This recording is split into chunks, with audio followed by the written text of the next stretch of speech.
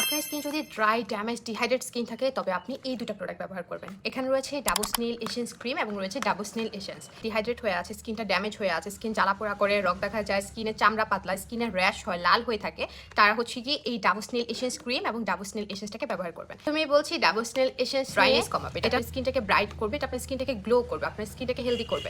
অনেকে স্কিন আছে যে চামড়া উঠে, স্কিনে যতই ময়শ্চারাইজার ব্যবহার করেন না কেন তাও দেখা যায় স্কিন থেকে চামড়া উঠে, এই সমস্যাটাকে কমাতে সাহায্য করবে এই এসেন্সটা, স্কিনটাকে গ্লো করবে। ঠিক আছে, এটা আপনার স্কিনের ব্যারিয়ারকে হেলদি করবে, স্কিনের ব্যারিয়ারটাকে স্ট্রং করবে। একটা এসেন্স আপনার মিনিমাম যদি রেগুলার যদি 2বার করেও ব্যবহার করেন তাও 6 মাস থেকে 8 মাসের মতো যেতে পারে, বাকিটা আপনাদের ইউজের উপর ডিপেন্ড করবে। স্কিনটাকে আরো ভালো রাখতে দেখা গেছে এটার সাথে এটা আরো ভালো কাজ করতে ইউজ করবেন ডাবল স্নেল এসেন্স ক্রিম। এটা আপনার স্কিনটাকে ডিপ ময়শ্চারাইজ করবে।